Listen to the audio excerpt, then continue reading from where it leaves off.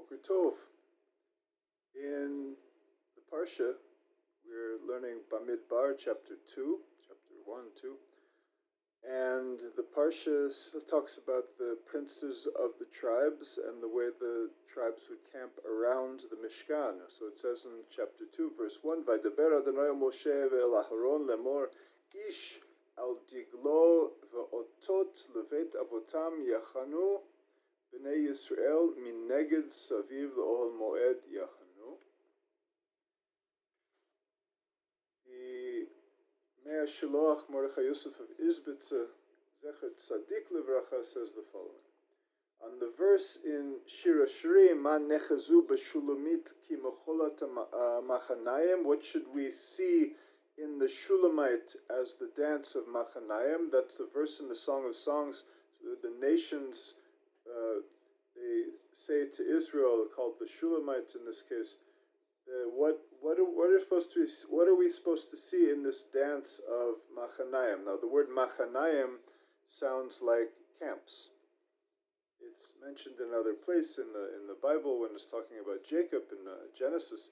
Anyhow, so what does this verse mean? So the Midrash Tanchuma explains that the verse refers to the camping of the tribes. It tells us that the nations of the world say to Israel, "Return, we will make you leaders and noblemen." And Israel responds, "You could not come close to giving us the greatness that Hashem gave us when He told us how to camp in the desert." When we camped according to the banners, each one was standing on his rightful place at his root and knew his place.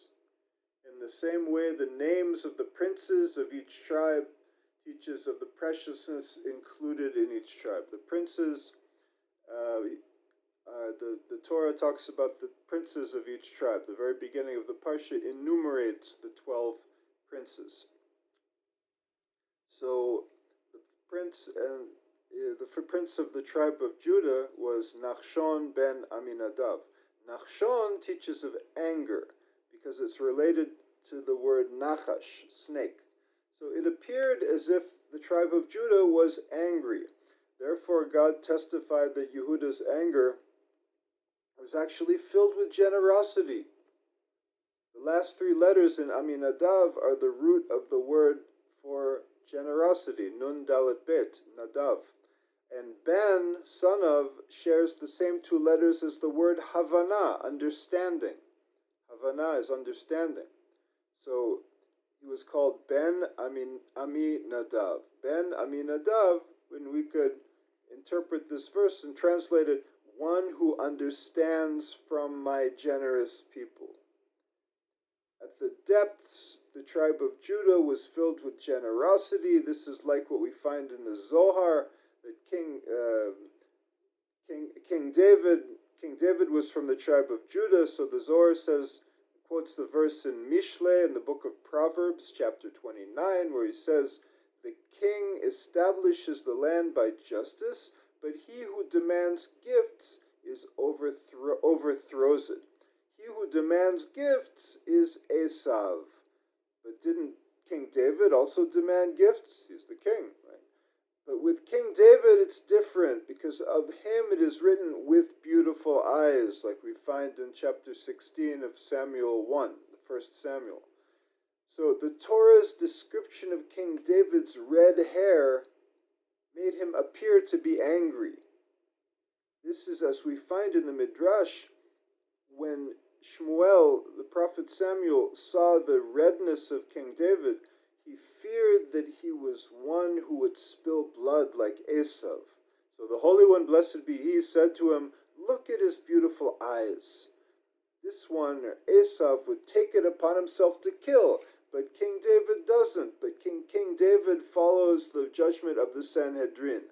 Because in mentioning eyes hints at the Sanhedrin, as it says in the Eitz Chaim of the Arizal. Rabbi Isaac Luria says that the eyes corresponds to wisdom, which are the vowels, and this is why the sages of the community are called Enei Ha'edah, the eyes of the community, the eyes of the congregation. The sages, the wise men, the Sanhedrin, which were the judges of Israel, were called the eyes of the congregation.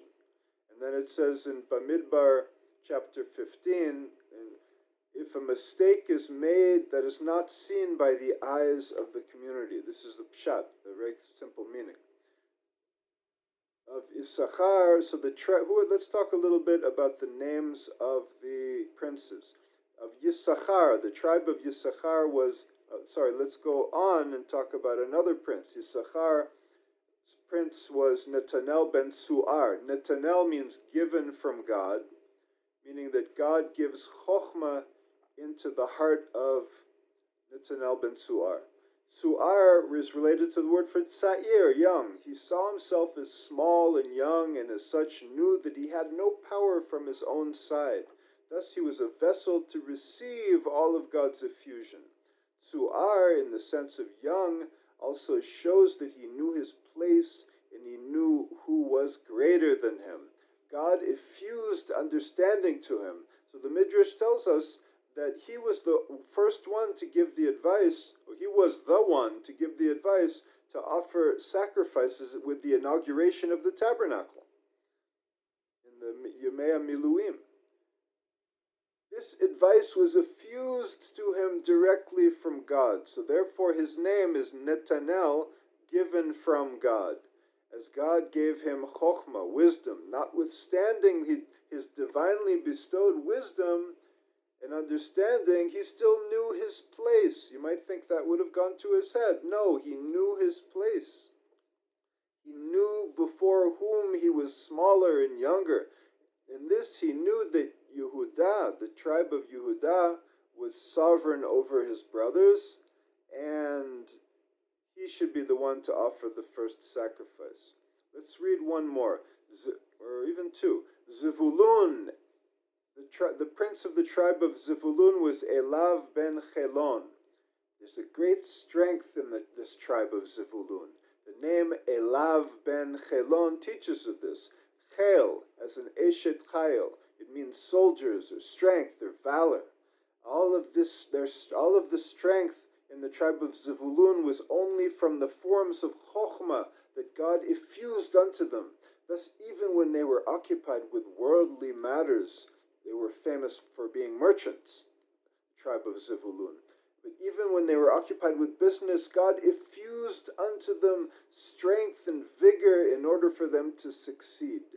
This is Elav ben Chelon, because Elav has Av in it. Av means father, representing wisdom. As is understood from the verse in Mishle, a father in wisdom. It says right in Mishle. And God's name, El, is strength. So Elav, El, strength. Av is wisdom. So Chela and Chelan, Chel represents strength. One more tribe. I wish I could do all of them, but I want to keep it short. From Reuven is the prince of the tribe of Reuven is Elitzur ben Shedeur. Elitzur means strength, from the word for rock, tzur. So Shedeur teaches that all of his strength comes from the great light that God illuminates. Shaddai is God the Almighty, and Or is light. So this is precisely true for the tribe of Reuven, as Reuven signifies sight. Re'u means see, hence light. His name, Leah named her firstborn Reuven, saying, "See now that my," etc. So Reuven, he sees in every situation how he was standing in the presence of God, and this awakens great simcha within him, as it is written, joy comes to the heart from the light of the eyes. God bless and have a good Shabbos.